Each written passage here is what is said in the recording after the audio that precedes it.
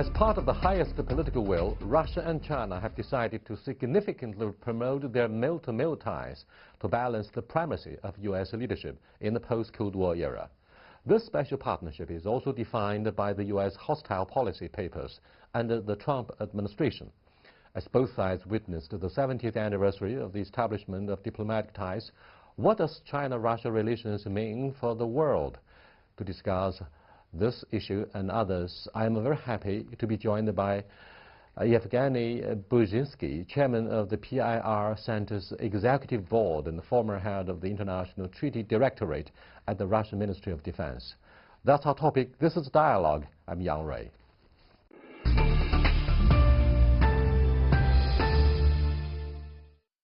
Welcome to Dialogue, sir. Thank you. First question is very much about why it seems there is a major shift in our focus of the mil-to-mil ties, particularly war games that focused on classical warfare, unlike what we had before. You know, both sides had been very careful trying to avoid arousing suspicions and doubts from competitors and potentially geopolitical rivals on the other side. Why do you think we started to have this major shift? What are the implications? Well, first of all, you are right.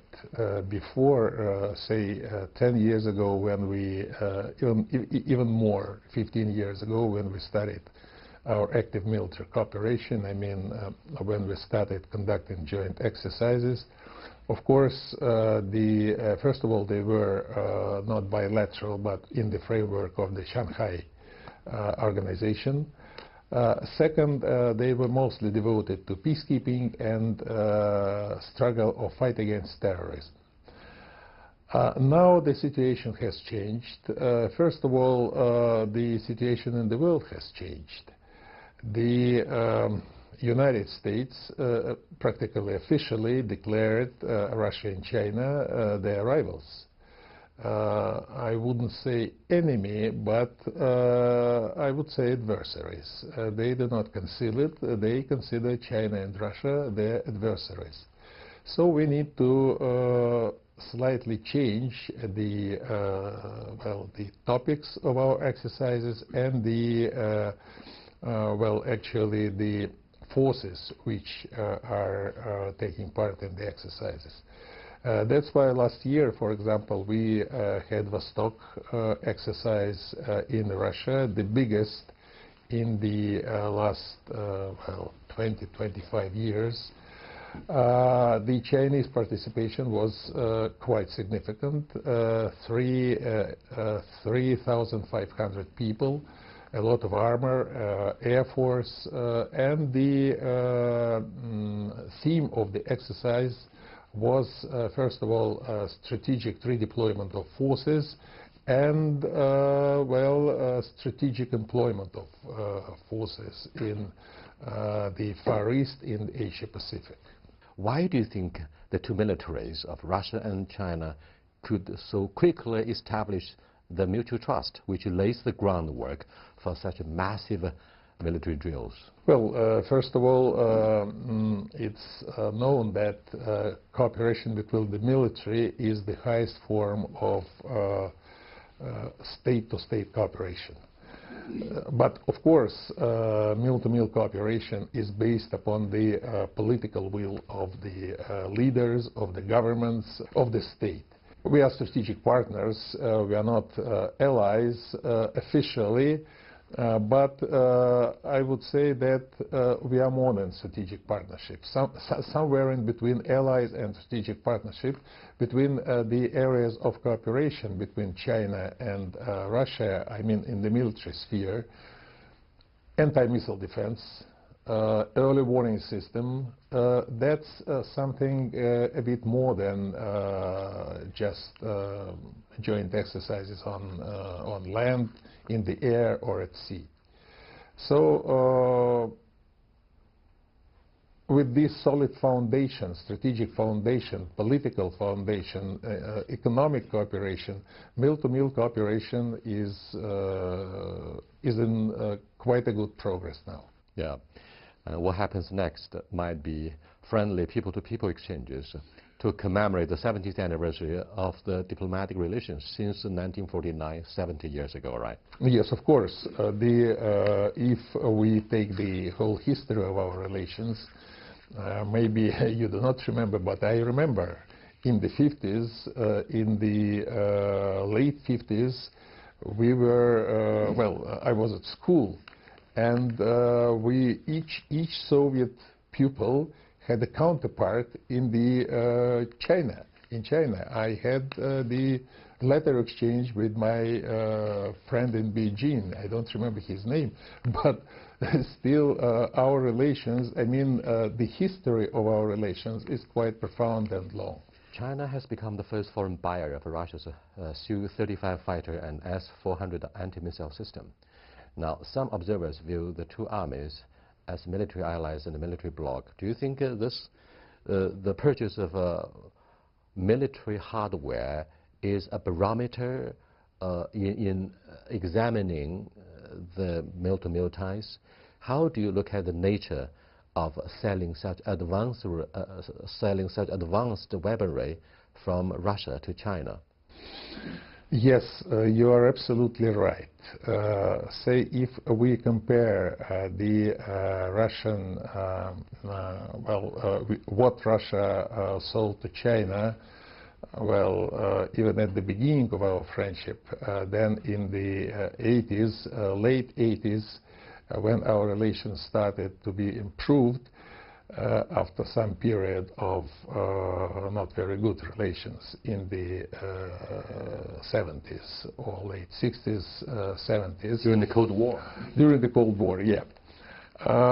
Those were not very advanced hardware.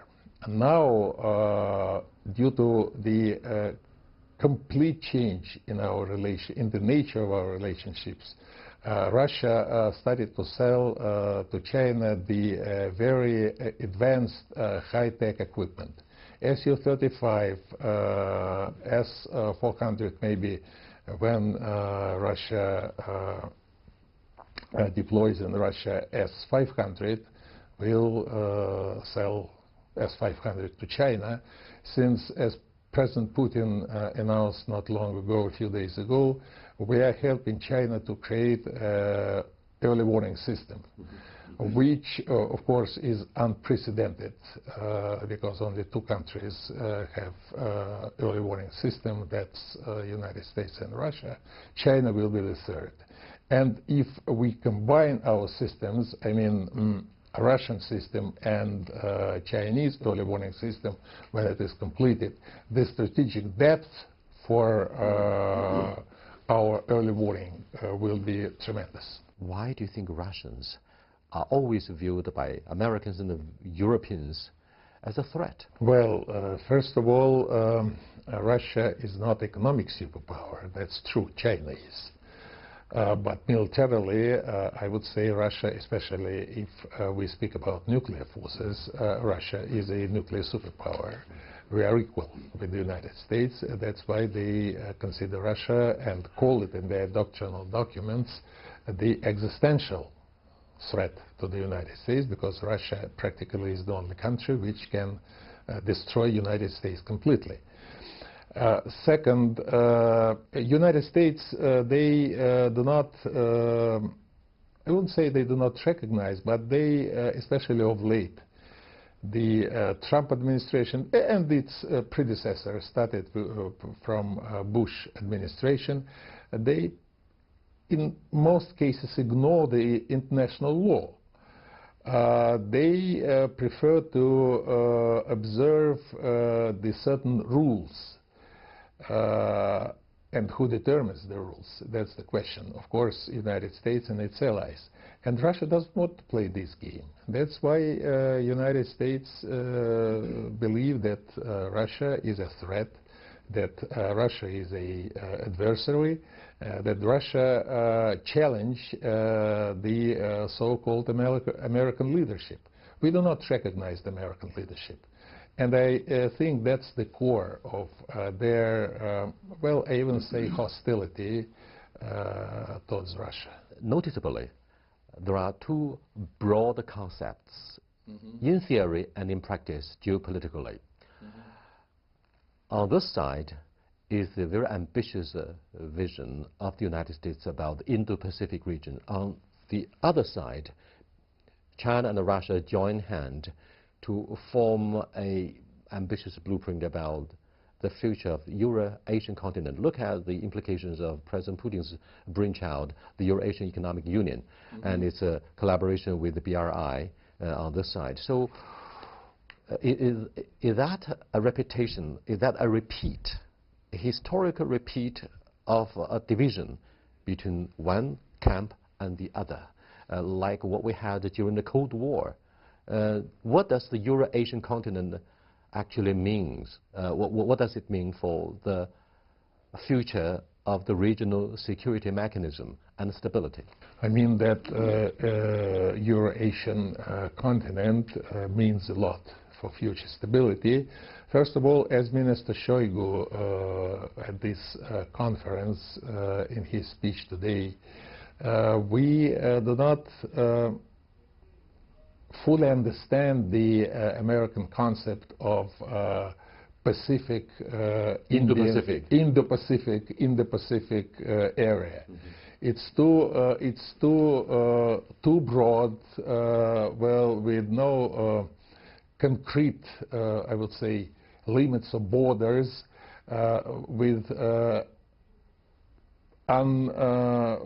unlimited number of participants.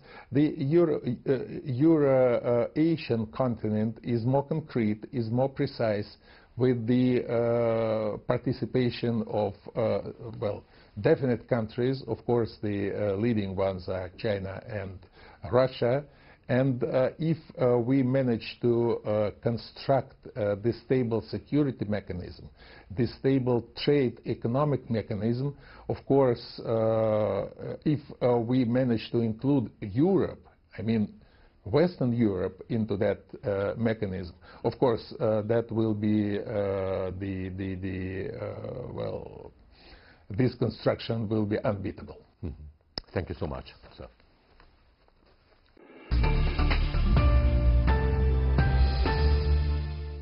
So what do you think of the relationship, if you could draw a parallel comparison between ShangriLa and Xiangshan Forum? I think what's important with all of these dialogues, though, is that they're not weighted against one country or another. Are we anywhere near that kind of a crisis? I don't think so. The relationship between the United States and the former Soviet Union were very different. I think that then certainly the relationship between China and the United States are now, whether they be codes of conduct, whether they be opportunities for countries to actually talk about what these scenarios might look like. And these are important conversations to be having.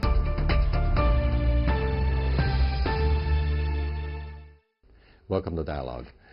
For almost 2 decades, we have been invited to attend the ShangriLa Security Dialogue in Singapore, where China was always bashed under the scrutiny of the media and by particularly Americans and their allies for the alleged assertiveness in a flashpoint such as the South China Sea. And therefore the Chinese decided to set up our own platform in Xiangshan Forum, not necessarily to compete with the influence of Shangri-La, but to really highlight our concerns on our agenda. It's not just always being tied up to the Western agenda of IISS. So what do you think of the relationship, if you could draw a parallel comparison between ShangriLa and Xiangshan Forum? Well, I think that each has its own advantages and disadvantages as a forum. And I can completely understand why, from the Chinese perspective, the ShangriLa Dialogue for many years now has seemed to be weighted against Chinese interests. I think what's important with all of these dialogues, though, is that they're not weighted against one country or another. I think it's, having participated in 2 Xiangshan forums, I think they're fantastic opportunities for countries, for individuals, scholars, and also military to engage in exchanges, which I think is quite important, as I just mentioned. But I think beyond that, I think it's important for countries to be able to have an opportunity to express their concerns and to do so in hopefully a safe environment about the future of humanity. Because that's what we're really all here for, is to have a better understanding of what other countries are thinking about the future. And I think it's important for all countries really to hear the concerns of others and not become so narrowly focused on what their vision of the world is. So I think that's why it's nice to have a balance among these various forums and not to choose one over the other. U.S. Defense Secretary Mark Esper said recently that China is the Pentagon's #1 priority and poses greater long-term threat than Russia or even than ISIL. And that indeed surprised most of the Chinese who never realized that we could be put on the same platform of terrorists. I mean, this is just shocking. We are still recovering from the aftershocks. Well, I certainly don't agree with statements that draw a connection between China and terrorists or China even as a long-term threat. I think that certainly China has been designated by the United States right now at the official level, certainly within policy documents, certainly also within strategic documents of national security as a strategic competitor. And I think that competition that's been occurring between the countries is not new. This has been going on for a while. I think when it comes, though, to what is perceived as a long-term threat, I think that's when we start to get into an area where once again, these dialogues are so important. Not just the Shangshan Forum, but ShangriLa Dialogue, any number of forums where we have a discussion. Munich Security Dialogue, or Munich Security Conference each year is also a very important platform. But do you think Munich Security Conference shares or enjoys more spotlight because so many heads of state went there to discuss issues of security concerns? I think that in terms of the Munich Security Conference, it certainly also plays an important role. It's also important in the sense that you have individuals there who are, of course, largely coming from Europe as well as other countries. So it really focuses a spotlight on concerns that are in another region of the world that doesn't always receive the attention that it needs to. So I think that in security, when it comes to security, I think that certainly there are certain forums that dominate over the others, but I wouldn't pinpoint one in saying that this one is the one that's the most important, we should be paying the most attention to. I think, though, what concerns me is that with any of these major conferences, it doesn't matter if it's Shangri-La or otherwise or Shangshan, or you have at a certain level, you're going to have statements that are coming out from defense ministers, which are very scripted, very formalized, which don't necessarily allow for a great deal of interaction and debate. And that's where I think that actually the strength of any of these conferences comes out, is actually on the sidebars. It's at the side tables. It's at these panels that we all participate in. Because the panels, I think, are where most of the discussions occur. And you can talk about the specifics of perhaps where some of these threat perceptions lie. In your estimation and review about the strength of China's armed forces, do you believe China has the ambition or vision to become a global player, somehow like what happened between the former Soviet Union and the United States at the height of the Cold War? Because when Americans talk about the global reach of the Chinese armed forces, they would always go back to the theory of a zero-sum game and very ugly, nasty competition. Well, I think if we look at China's military, and it's obviously had understandable and quite significant gains over the past few years, I think that this is not necessarily sending a major warning sign to the rest of the world. I think some of this is a natural function of China's not just coming onto the stage. You know, a lot of people talk about this concept of 崛起 and whether or not it's rising. I think China has already risen in many ways. Economically, we're a global player, and we have so many global stakes. Economically, you're a global player. You have global stakes. You obviously there is the Silk Road economic belt and the Maritime Silk Road. I was just speaking with another reporter about the digital Silk Road. You know, China is certainly expanding its interests globally, and to expand your interests globally, as we've seen with the United States and other countries, power projection also comes, and protection of one's interests comes through one's military. So there's an understandable need to have certainly a broader military to cover those interests. At the same time, too, I think with some of the platforms that are put on display, you know, that we have to differentiate between, say, how a high-precision, high-speed platform is necessarily going to meet those needs. I think, you know, when we talk about aircraft carriers and some of these other longer-term platforms, I think those are the ones that go out and certainly protect avenues of transit, of travel around the world. Also being able to airlift one's citizens out of a danger zone is certainly very important as well.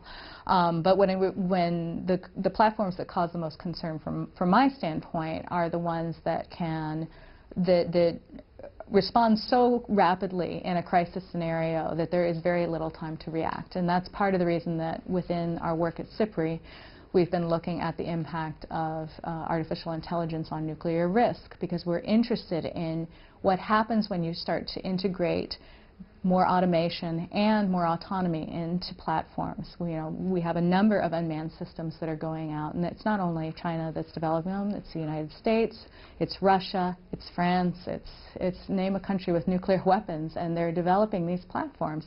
And it's very easy to envision a future in which these become harder and harder to control. And also harder and harder to control, of course, in a crisis scenario, because we lack those platforms, I would say, at a very functional level that allows to move beyond the statements of, say, a defense minister and really understand, okay, what are the threat scenarios that may occur in the future. China is always accused of being assertive. And look at the dangers of the flashpoint in the South China Sea. For a while, military vessels from the two sides were just 40 meters away, and that's almost a kind of something very near. And the Americans were brought to the edge of their seats, and they were very careful about the so-called professional behavior of the armed forces. We are all talking about the impact of an accidental shot, and because the consequences would be very, very, very serious, devastating. What do you think of mechanism, if any, that may serve to prevent the two militaries from go to war? Last year, at the same time, at the Shanghai Forum, one senior guy from IISS said, at the end of my panel discussion, look, Yao Rui, it's better to have Cold War than a hot war. So from then on, I started thinking about the consequences of a hot war. Are you worried at the same time that there is such a prospect that the two militaries may have a very serious confrontation? And how to manage a crisis at the burgeoning stage? No, I think it's an excellent question. Certainly from the standpoint of talking about crises and escalation, it's something that we spend a lot of time thinking about, particularly in the work that I'm doing with SIPRI. In particular, because I think right now escalation and how it unfolds has not really been well thought out. I think there's this automatic assumption that escalation will either occur unexpectedly, it's something that you can't anticipate, while there are others discussing the idea of intentional escalation, or an unintentional versus intentional escalation. And I think we see elements of both right now when we talk about South China Sea. In other words, pushing the boundaries of the other side to see what they're willing to tolerate. And that can lead to a lot of not just miscalculation, but certainly in a crisis scenario, you could see it escalating very quickly. Now, we have already on the books an example, and this is where I think the South China Sea somewhat differs from, say, a nuclear conflict, where we really have no past history of nuclear conflict between countries that we can look to for lessons. I thought you would have mentioned the 1962 missile crisis between the United States and former Soviet Union about Cuba. Are we anywhere near that kind of a crisis? I don't think so. Because I think that was a specific point in time. I think that the relationship between the United States and the former Soviet Union were very different. I think that then certainly the relationship between China and the United States are now. So when I look at the South China Sea, what I would actually point to is the EP3 incident that occurred in 2000. I think that to me is an example of certainly an escalation between the two that fortunately did not end up in an actual conflict. But certainly there was loss of life. It was certainly a tense time in the relationship between the two countries, and that's why I think having these mechanisms, whether they be codes of conduct, whether they be opportunities for countries to actually talk about what these scenarios might look like, and this can occur at the Track 2 level, I think, more easily than at the Track 1 level. I think these are important conversations to be having. Certainly because, as we've seen at the maritime level, there have already been altercations at sea. Fortunately, once again, they haven't escalated up to a higher level, but you can easily imagine in the future as countries are transiting through the region, and also when we start talking about platforms and there's this hedging about whether or not they are conventionally armed or nuclear armed, you could see why this might escalate very quickly from not just a conventional scenario into even a nuclear one. Thank you so much. Thank you.